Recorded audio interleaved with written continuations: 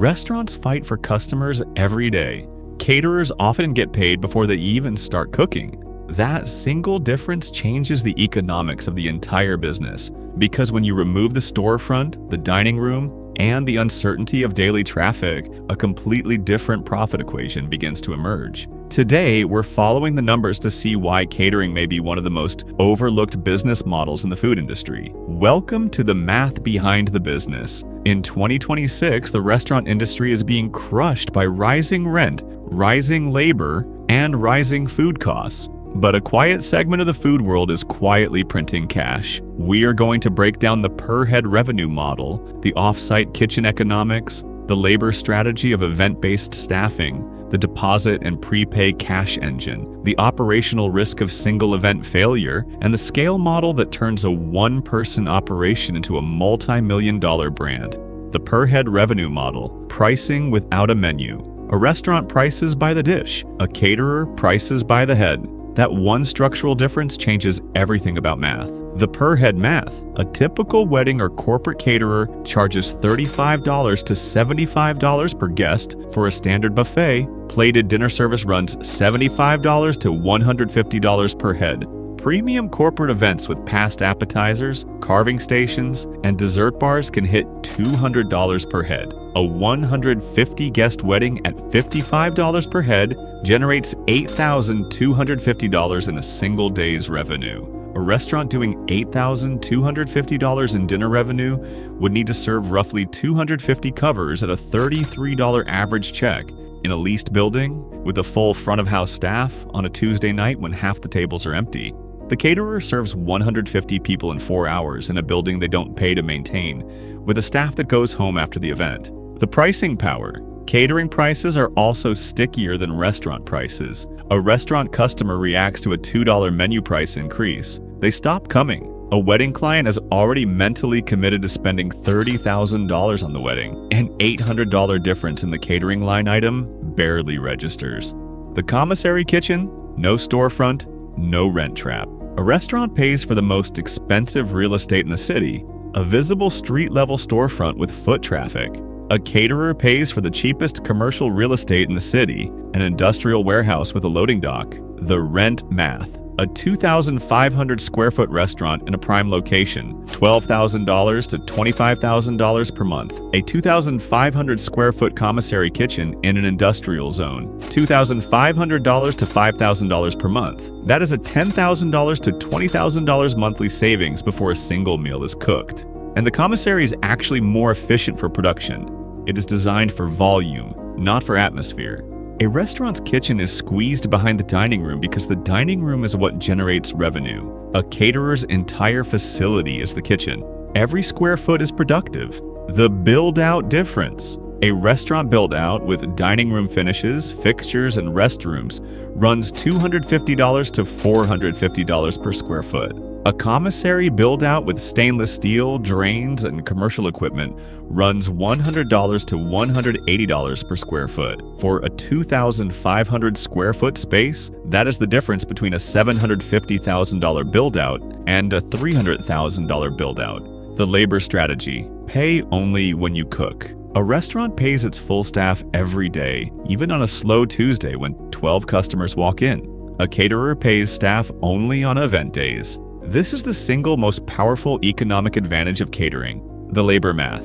A 40-person staffed wedding requires 1 lead chef, 2 prep cooks, 6 servers, 2 bartenders, 1 event manager. Total, 12 staff for roughly 8 hours each at $20 per hour average. Total event labor, $1,920. On Monday, when the caterer has no events, they pay 0 labor. They may have 1 or 2 salaried staff in the office doing prep and sales, but the variable labor cost drops to 0. Compare this to a restaurant. A small restaurant with a salaried chef and 10 hourly staff has a weekly payroll of $12,000 to $15,000 regardless of how busy the dining room is. That is $60,000 in payroll, burn every month forever. The on-demand labor model is why catering margins can hit 25% to 35%, while restaurant margins typically sit at 3% to 10%. The freelance bench. Smart caterers build a bench of 30 to 50 freelance servers, bartenders, and prep cooks.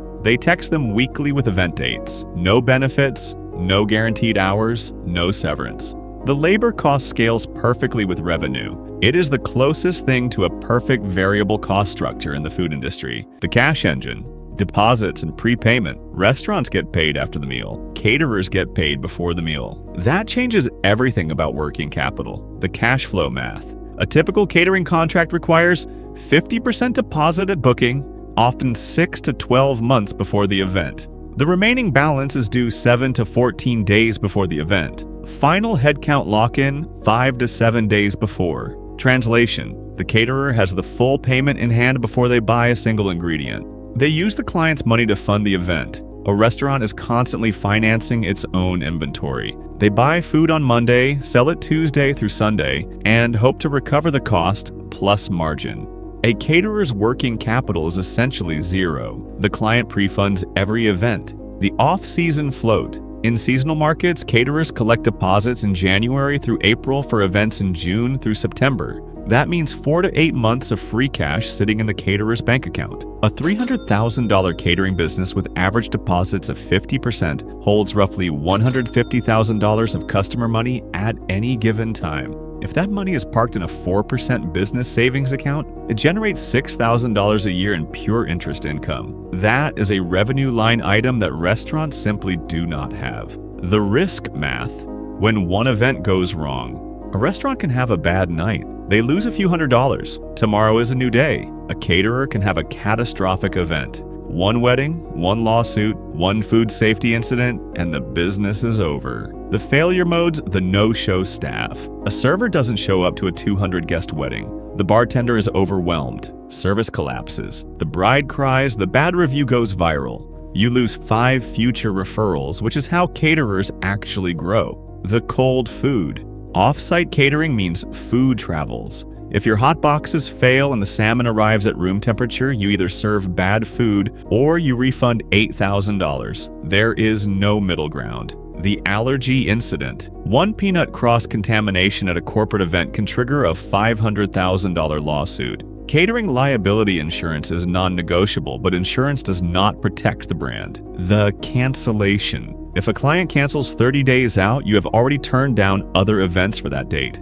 Your cancellation policy must be brutal. 50% non-refundable deposit, 100% non-refundable within 14 days. The insurance math. General liability, $1,500 to $3,000 per year. Liquor liability, if bartending, $2,000 to $5,000 per year. Commercial auto for delivery vans, $2,500 per vehicle. Food contamination and spoilage, $1,000 to $2,000 per year. A serious caterer spends $8,000 to $15,000 annually on insurance. The verdict: recurring revenue is the crown jewel. So is catering worth it? Yes, but only if you understand the 2-tier game. Tier 1, the event caterer. Weddings, parties, one-off events, beautiful revenue, brutal seasonality, zero predictability.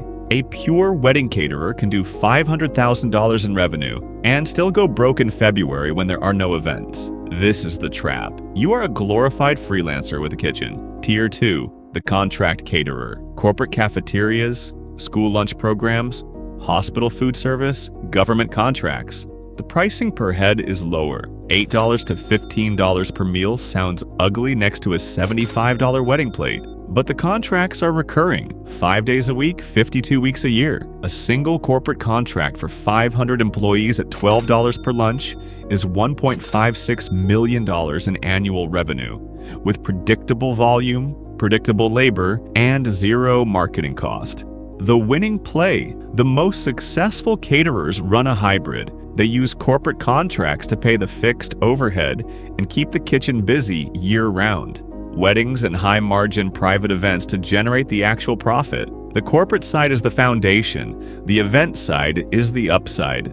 The scale endgame. A solo caterer with one commissary can do $400,000 in revenue and take home $100,000. A caterer with 3 commissaries, 10 corporate contracts, wedding and events division can do $5 million in revenue and sell to a regional food service consolidator at a 3 to 5 times multiple. That is a $15 million to $25 million exit for an owner who started with a $30,000 used food truck and a Craigslist kitchen rental. Catering is the most under-discussed business model in food. It has the pricing power of a premium restaurant, the cost structure of an industrial kitchen, the cash flow of a subscription business, and the labor flexibility of a gig platform. If you can master the deposit structure, hold the line on cancellations, and balance corporate contracts with high-margin events, catering is one of the few food businesses where the math actually works. If this breakdown helped you see the numbers behind the kitchen pass, let me know in the comments. And if you want to see the math behind other overlooked business models, hit that subscribe button. We have a lot more to uncover,